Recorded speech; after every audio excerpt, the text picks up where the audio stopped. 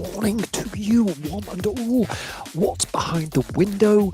It's not yet the 12 days of Christmas, is it? Is that the 13th? I was talking to somebody yesterday while I was writing an advert about a body weight gym, as they know him.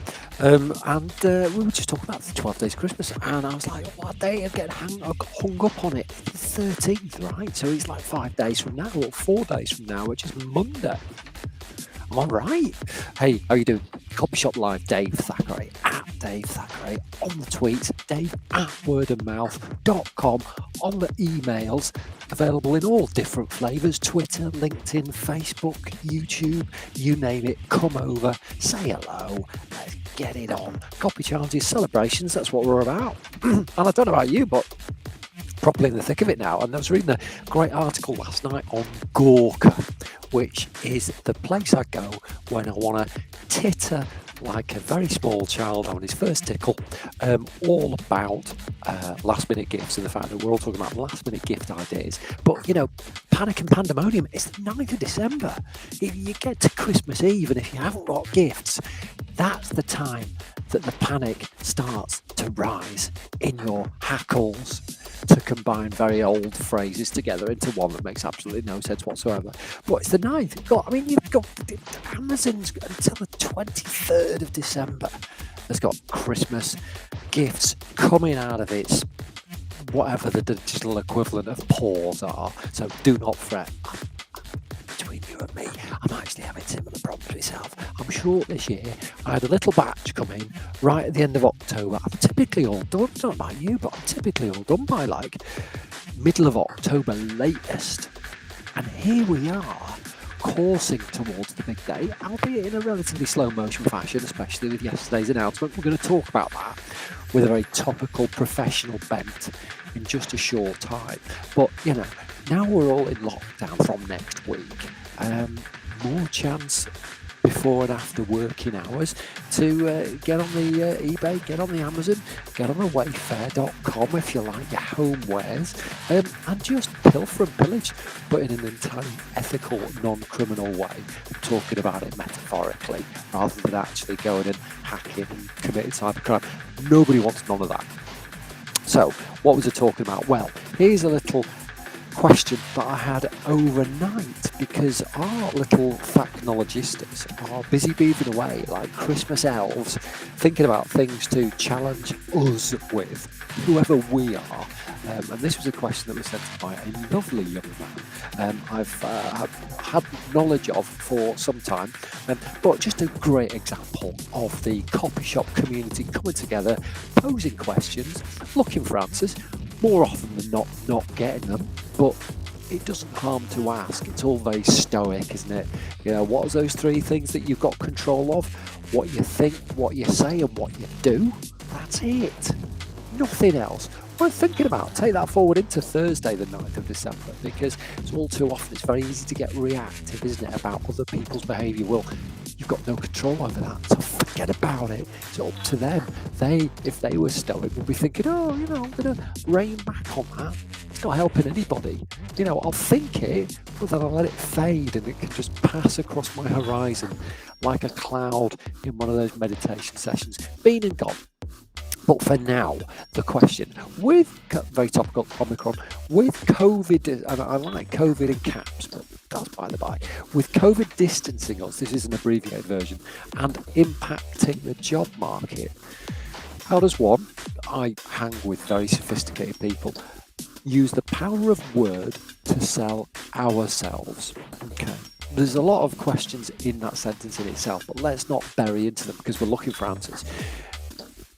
This fine young gentleman asked CVs, blogs, Tinder bio. Well, actually, you know, joking around, what you put in a Tinder bio may be, or may not be, the most honest thing that you ever say online. There's this growing movement now on the online dating scene, according to research, that people are more than ever being authentic. This whole Insta movement about presenting and projecting your perfect self just isn't washing it with lots of people, and especially within the realms and the sharp relief of online dating, where the whole idea of doing it is to meet someone. So if you're a bit of a lard ass and you've got a picture of a young Brad Pitt, there's going to be a little bit of a disconnect when you meet, if you're lucky enough to meet the person that you've duped. So yeah, there's a real reason here to actually present your most authentic self, but the best version of that by thinking through all of the many benefits that you offer to the world. And that's what people want in all walks of life, across all services and platforms. And so I had a little reply session in private, just to sort of weigh up the options for this fine young thrusting buck and what he could do to give himself the edge, the best possible opportunity of standing out from the crowd, not disappointing himself, excelling himself. Not excelling, that would be like, if you stopped selling, or if you went backwards. Excelling yourself in the eyes of your prospective employer. What does that look like? Well, I haven't got any slides because you wouldn't be reading them anyway. You'd be bored to tears. In fact, you probably are. What I'm talking about, most people over-gild the lily. What do I mean by that? Well, if you're writing a CV, you have a tendency to just list out everything. And I'll touch on CVs because there's a really important few tips here. I used to, during the first lockdown, I just used to rewrite people's CVs for free because I want to give people a bit of a chance. We all deserve a bit of a fighting chance, don't we, when it comes to getting a job that suits you. So, with the traditional, conventional recruitment process, you're expected to just yak up all of your history. And old-fashioned CVs did exactly that. They just listed out the jobs you'd had and the things you'd done. And then some smart HR person somewhere in the world thought, instead of just listing out what you've done, why not show the results that you've driven? And all of a sudden, you turned those, I led a team of 5, we every week got together and had a meeting, and aren't I great because I'm clearly a leader? No. What did yourself, leading that team of 5, achieve, and as a team and also as an individual? You don't know the mindset of the recruiter when it comes to, are they looking for a team player, or are they looking for an individual driver of revenue growth?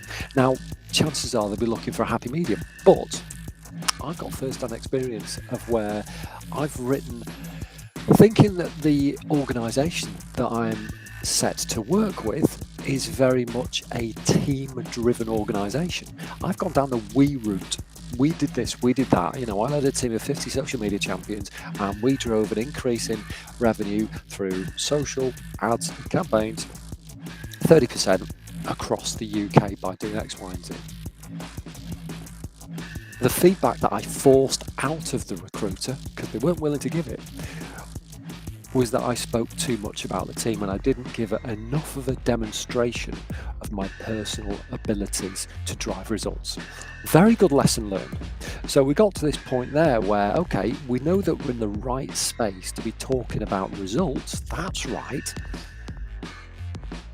And there was nothing in the job description to suggest that I should go one way or another.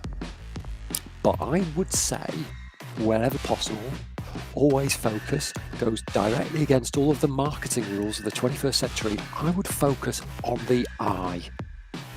Because at the end of the day, you're not going for a job for 5 people. You're going for a job for yourself. And that's ourself as a one person, as one. Right. So if we're clear that results are what wins the day, we can use our LinkedIn bio as ground zero for how we sell ourselves. Now, I've seen some great coders and programmers and engineers, product engineers, and all these people who've got a really sound grasp of code actually create personal portfolio websites where they'll just put a GraphGL game on there right, to wow people. So that's a good example of how do you go about, if you're working in a specific niche, how do you go about proving to your prospective employer or contract provider, depending on what sort of job you're looking for, gets a really solid measure of you both personally and professionally. So personally, there's no end of opportunities, especially right now, to be doing some good work out there in the causes world, in the third sector, talking charities now. I've done a lot of work with Media Trust, which pulls people together who have typically worked in the creative sector with organisations of good cause nature who need people with those skills. And that's great. Straight away, you can show examples of your pro bono work, and people love that because CSR, corporate social responsibility, is a huge thing these days. So get out there and do some of that stuff. And that's more you sort of, that straddles the personal and professional bent. Your personal stuff is all of the extracurricular stuff you do, the stuff that you do outside of work. But it doesn't need to be, I climbed Everest last year, I summited Ben Nevis this morning before breakfast, and then I went to the gym and did yoga, and I got out of the gym, it was only 5 o'clock in the morning. So, you know, I've got a great morning routine because that seems to sell anything these days. So you've got a really good sense of, when it comes to personal stuff, it's like things that drive you. It could be personal projects, and I will never oversell in my mind the importance of doing things that reinforces in your personal life what you're striving to achieve professionally. So this is outside of my professional world. This is 8 o'clock in the morning. Well, it was, but it isn't now. I'm sorry to burden you with so much time with me, but there you go. This is a good example of a project that I'm doing that is kind of unsticking my wheels. So if I'm getting my wheels deep into mud and I'm getting confused about something, this is a good way of talking it out for me. I'm talking to you, we're having a good chat, we're ruminating, we're conspiring on things that's going to help you and also helping me. It's a two-way street, isn't it? So thinking about projects that can... And where I'm getting to with this, your LinkedIn bio, which I mentioned before, was like your ground zero. Less is more. Not only because people haven't got the time, although recruiters may well read it, but they're more interested in what you've got in the CV part of LinkedIn. And they might dabble in your about section, they may not. Keep it short and simple, but think elevator pitch. So whatever you do, if you read anybody's about profile on LinkedIn, it rambles because they've got the opportunity. It's like the web, you've got thousands of characters to play with.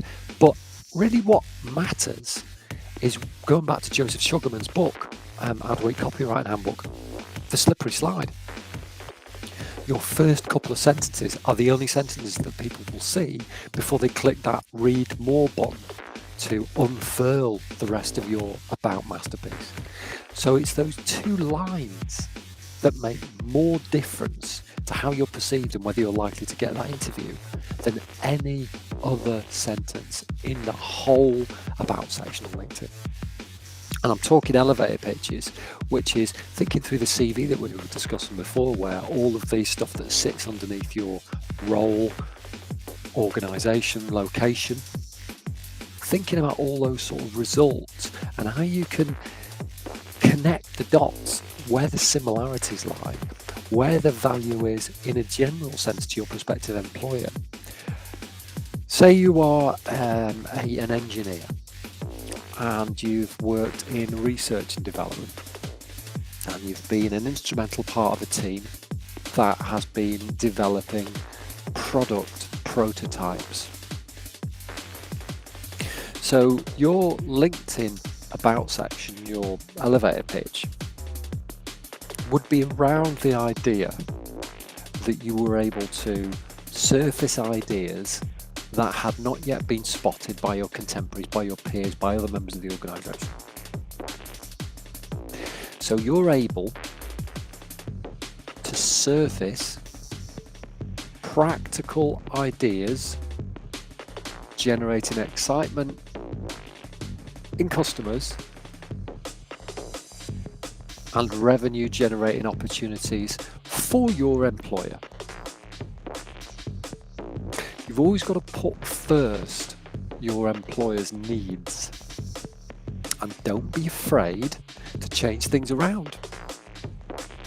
If you're in a phase or a season of your recruiting ambitions to be recruited, then you may need to switch around the content of that LinkedIn profile. When I said about it being a source of truth, that really needs to bleed across everything else that you do that represents yourself professionally.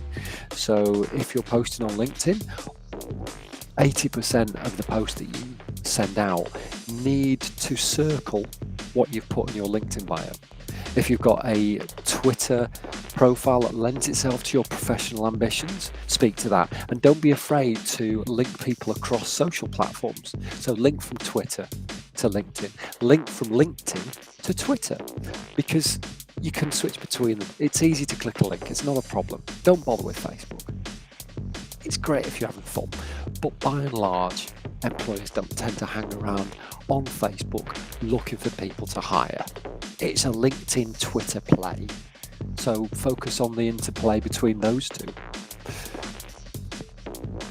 I'm happy to give you as much time as you need to figure out what your elevator pitch is as a person, but that should permeate and percolate through all of your other efforts and ambitions. And actually, you've got that one line in your CV at the top, your personal overview or your mission, your personal vision, to express what it is that you're saying in your about section on LinkedIn.